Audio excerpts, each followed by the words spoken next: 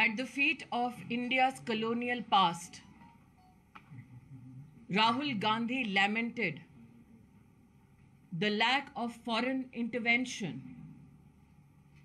in India's democracy to bring to a halt India's resilient growth story under the leadership of Prime Minister Modi. The lies that became a foundation of his conversation in England were many. He claimed that he does not have access to conversation in Indian universities. That for him was indication of death of democracy. My question today to Mr. Gandhi is this. In 2016, Rahul Gandhi went to an Indian university in the national capital and supported the slogan of Bharat Tere Tukde Honge. Rahul Gandhi further states in his travels to the United Kingdom that democracy is being blown to smithereens. However, this very gentleman in Jammu during the Bharat Jodo Yatra said all is well in India, which was a lie, Mr. Gandhi. Your statement in India or your statement in England? That Rahul Gandhi attacked not only the magnificence of the Indian Parliament, but also the supremacy of institutions such as the Supreme Court of India, the Election Commission of India, is now known to every Indian citizen. I question Rahul Gandhi today that when he helps elect to Parliament a congressman who gives a clarion call to kill people, is that democracy? When the Gandhi family directs congressmen and women to tear papers and throw it at the speaker's chair in the Lok Sabha, is that democracy? When the Gandhi family directs congressmen in Rajya Sabha to tear books, jump on tables, and humiliate the chair of the Vice President of India in Parliament, is that democracy? Today, every Indian citizen demands an apology to the Indian Parliament, which is not mere an amalgamation of parliamentarians. It is the voice of the Indian people. It is the constitutional reflection of the will of the Indian people. It is shameful that Rahul Gandhi, instead of coming to Parliament and apologizing for his undemocratic rant against India, today seeks to be absent from Parliament. Democracy, Mr. Gandhi, is not in peril. The Congress party has been brought to political perish by the people of India for this very behavior that you exhibited against the nation state overseas.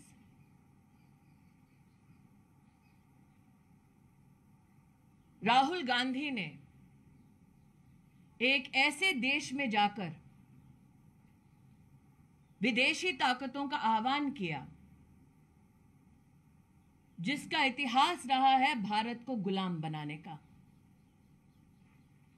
Bharat की लोकतांत्रिक व्यवस्थाओं की धज्जियां उड़ाते हुए राहुल गांधी ने यह खेद व्यक्त किया कि क्यों विदेशी ताकतें आकर भारत पर धावा नहीं बोलती।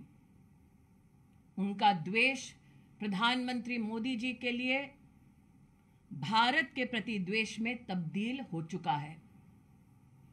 मैं आज राहुल गांधी से पूछना चाहती हूं, आपने जाकर विदेश में कहा कि आपको हिंदुस्तान की किसी यूनिवर्सिटी में बोलने का अधिकार नहीं, तो 2016 में देश की राजधानी में एक यूनिवर्सिटी में जाकर इस बात तक का आपने समर्थन कर दिया जब नारा लगा भारत तेरे टुकड़े होंगे। वो क्या था राहुल गांधी?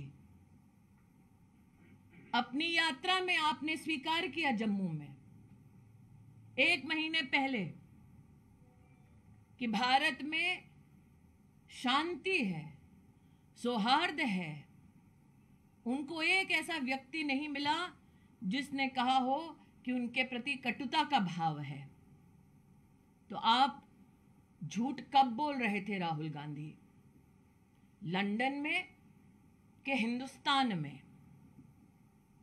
आपने इस बात को भी एक विदेशी संस्थान में चर्चा के संदर्भ में रखा कि आपको अपने लोकतांत्रिक अधिकारों का देश की संसद में हनन होते दिख रहा है।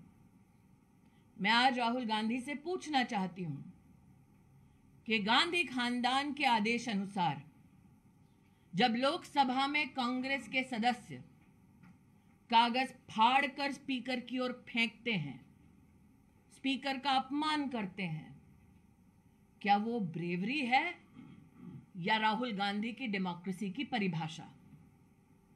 जब राज्यसभा में राष्ट्र के उपराष्ट्रपति के चेयर की ओर, जहां पर उनके प्रतिनिधि विराजमान हैं, कांग्रेस के नेता कागज फेंकते हैं, अपमान करते हैं, टेबल के ऊपर चढ़कर किताबें पटकते हैं, क्या वो डेमोक्रेसी है राहुल गांधी?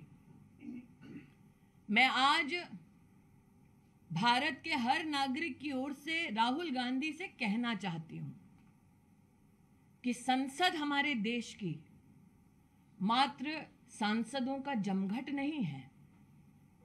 हमारे देश की संवैधानिक परंपरा, राष्ट्र की लोकतांत्रिक ताकत और हर भारतीय का अधिकार क्षेत्र है। राहुल गांधी ने भारतीय के अधिकार क्षेत्र पर विदेशी ताकत धावा बोले ये आमंत्रण दिया है। राहुल गांधी ने विदेशी ताकत आके भारतीय संसदीय परंपरा को छिन्न भिन्न कर दें ये आह्वान किया है।